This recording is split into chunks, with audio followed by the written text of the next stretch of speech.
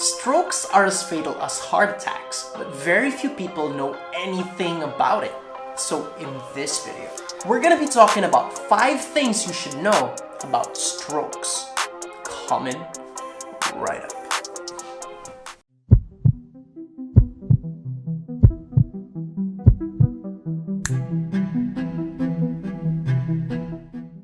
So hey y'all, Aman here, and you're watching Heart Limits, a channel that talks about everything heart related. Now today's video is all about strokes, mainly 5 things you should know about strokes.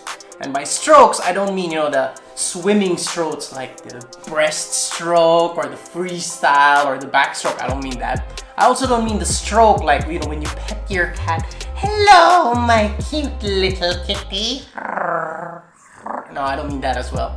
I also don't mean the strokes, like the one in golf, or the strokes, which is a bit X-rated kind of thing. I also don't mean that.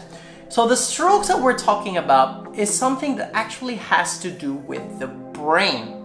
But for some reason, so let's start with number 1, is that strokes do not occur in the heart. Now, most people, even in certain parts of the globe, Philippines included, sad to say, we have this assumption that a stroke occurs in the heart. But realistically, it's actually something that occurs in the brain, or could even actually honestly also occur in the brainstem. And when this occurs, it's a phenomenon that's kind of like a heart attack, but it occurs in your brain. So to say, it's like a brain attack. Alright, so that's number 1. Number 2, strokes are actually preventable, contrary to the belief and the myth that they are not.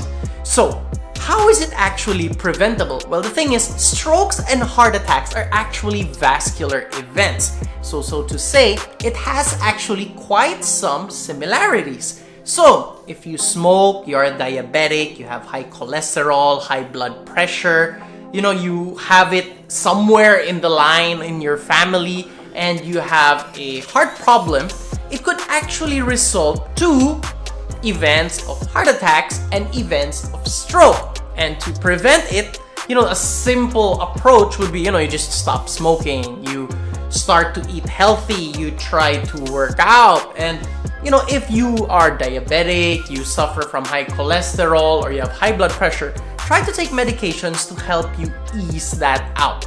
So that's number 2. Number 3, strokes are not as hard to identify as we actually think. And experts have been actually spreading out this acronym, which is called FAST. And by this is what you're supposed to do in cases where a person has a stroke.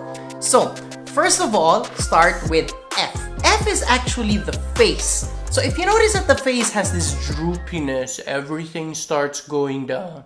Like suddenly the person has aged a lot, right? So that's your first clue. Next, you go to A. Does the person have arm strength? So the A is actually for arm, right?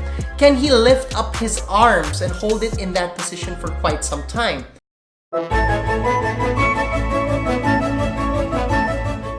Next, S. So S involves speech impairment. Can that person speak that you can understand? Of course, if she speaks Japanese and you don't understand Japanese, you're just of course, that's something else. But I mean, if the person tries to speak in a language that you understand, like you ask the person, can you say the sky is blue? If the person can respond with, the sky is blue, then it's kind of okay. But if the person starts to reply, so of course, there's already something going on. And that's when you should start doing the letter T, which is to act fast. Now, it's very important that you call an emergency number ASAP, because for you to treat and resolve a person who is having a stroke requires fast treatment. Number 4, whenever a person is suffering a stroke, make sure you do not give that person aspirin or food or something to drink. And this is because, okay, let's start with aspirin. If you give the person aspirin, what happens is there are actually many types of stroke. And the problem is, depending on the type of stroke, the aspirin can actually have bad effects to particular types of it. Alright, so it's better to play safe. since you can't really say what type of stroke it is unless that person has a CT scan, so just don't give aspirin, okay? Next is that when it comes to food and drinks, now of course, lots of us have this mindset that if you're not feeling well, try to drink water, it might help you out. When you are suffering a stroke, it's actually quite bad, and that is mainly because it will also affect your muscles. So as a result, you will have problems swallowing, so you can actually choke and die. You can die because of the choking and not just because of the stroke. That's quite sad when you think about it. So that's number 4. Number 5, strokes can be treated, but there are certain types of strokes that are harder to treat. There has even been a myth that kind of states that strokes cannot be treated, but to be honest, most of the time they can. So the most common type of stroke is called the ischemic stroke. And this type of stroke involves there actually being a clot or blockage in a blood vessel in the brain. And for this treatment, it's very important that it has to be pretty fast. At least within 3 or 4 hours, they should administer this injection, which technically results in breaking down that clot in the brain. If it doesn't work, they're gonna have to administer medications directly to the brain. And if it still doesn't work, they're gonna have to use a stent to take out that clot, right? The next type of stroke is called the hemorrhagic stroke, and this one is more complicated than what it seems. Because what happens is, let's say this is the vein, right? What happens is that this vein, at some part, there is a rupture. And what that happens is, of course, there's blood going everywhere. So the solution here is harder. So what they would do is they would either put a clamp, they would either put a coil in that space to kind of result to a blood clot, or they would actually also try to just get rid of that area which is ruptured and try to connect if it's possible. Sometimes there's not enough length, so they cannot make it just connect back. And problem is also, if they just try to connect that, it might also result to certain impairments in a person. Like suddenly the person might not be able to speak, maybe he'll have an eye twitch or something, since the brain is a very delicate thing. Or there is this new treatment which is non-invasive, which is called the stereotactic radiosurgery.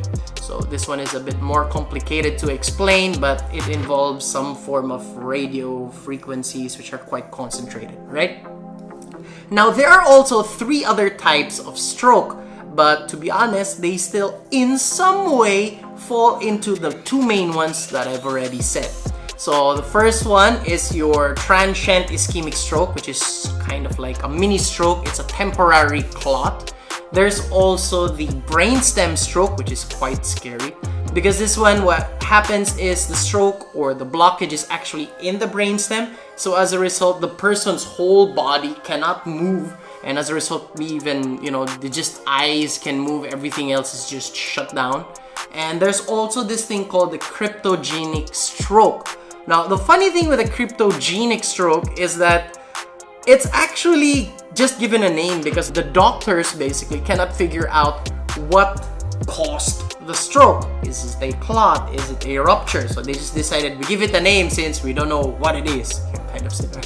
Alright, so once again, Aman here, and you're watching Heart Limits. Now remember, a stroke and a heart attack are 2 technically totally different things. A heart attack happens in the heart, and a stroke happens in the brain. So keep that in mind, right? So once again, see ya.